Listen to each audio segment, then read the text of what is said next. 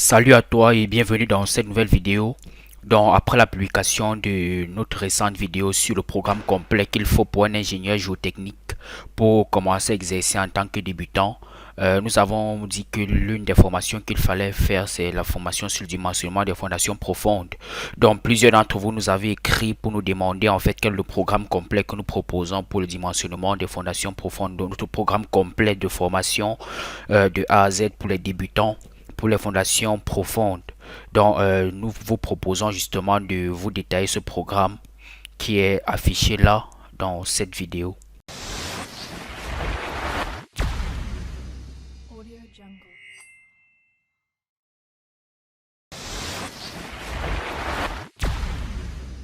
Audio Jungle. Donc, nous commençons dans cette formation, dans notre formation sur le dimensionnement des fondations profondes selon l'Eurocode 7.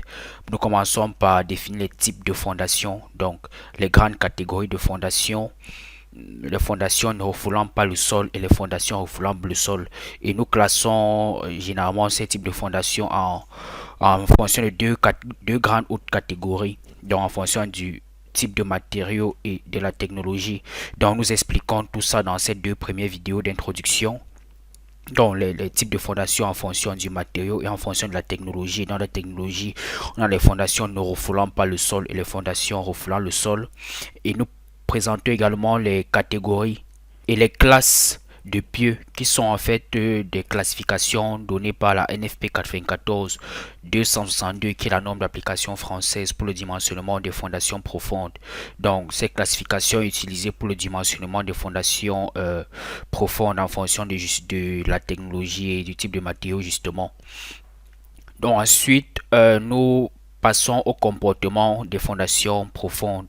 Et nous voyons globalement qu'il y a trois types de comportements. Il y a le comportement sous charge axiale, le comportement sous charge transversale et le comportement sous charge cyclique.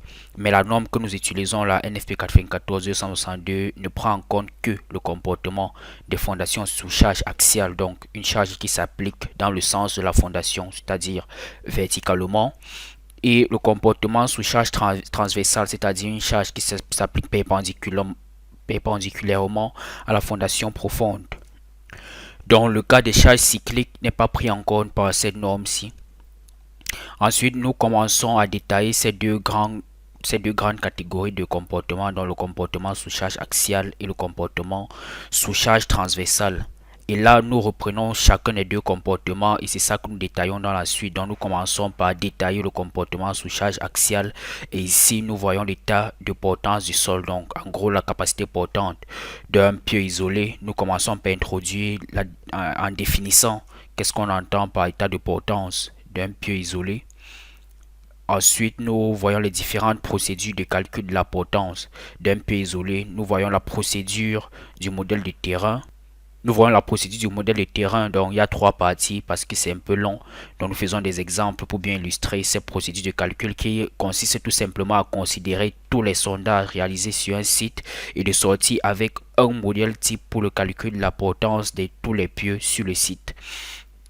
Après, nous avons la méthode CFI basée justement sur les propriétés de cisaillement du sol, dans la méthode analytique, un peu comme dans le cas des fondations superficielles. Et nous avons également la méthode du pieu modèle qui cette fois-ci consiste à considérer les zones homogènes et à faire des calculs pour chaque sondage représentatif. Ensuite, on fait une description statistique pour obtenir la capacité portante des pieux avec cette méthode. Donc, nous expliquons tout ça en détail. Après, nous expliquons le calcul de la potence par une autre méthode, l'essai de chargement de pieux. Donc, nous expliquons et après, nous faisons ici là une comparaison en fait entre toutes ces méthodes, donc toutes ces méthodes qui seront proposées pour l'état limite de potence. Donc, la méthode de chargement du pieu, la méthode du pieu modèle, la méthode analytique et la méthode de la procédure du modèle de terrain. Nous essayons de comparer ces méthodes pour faire ressortir les critères selon lesquels on peut choisir l'application d'une méthode ou une autre. Après, nous voyons le calcul des groupes de pieux. Donc, lorsque on veut réaliser une fondation profonde, ce n'est pas toujours un seul pied qui est réalisé, mais on peut réaliser plusieurs. Donc, dans ce cas, on voit comment est-ce qu'on calcule la capacité portante de ce groupe de pieux les éléments qui varient, notamment le frottement axial lorsque la zone du sol autour du pieu est doublement perturbée. Donc on voit comment prendre cela en compte. Ensuite, on commence à expliquer des comportements particuliers aux fondations profondes, notamment les, notamment les actions parasites du frottement négatif. Lorsque le sol in situ tasse plus rapidement que la fondation profonde, il a tendance en fait à tirer la fondation profonde vers le bas, induisant ainsi des efforts de compression supplémentaires sur le pieu et réduisant de ce fait le frottement latéral. Donc nous voyons dans cet exemple comment calculer ces efforts parasites, ou bien cette sollicitation parasite de frottement négatif. Après nous faisons un synoptique de calcul de potence. Avant ça, nous voyons un programme Excel que nous avons conçu pour la synthèse statistique des résultats d'essais pressiométriques. Et nous faisons un exemple de calcul du frottement négatif.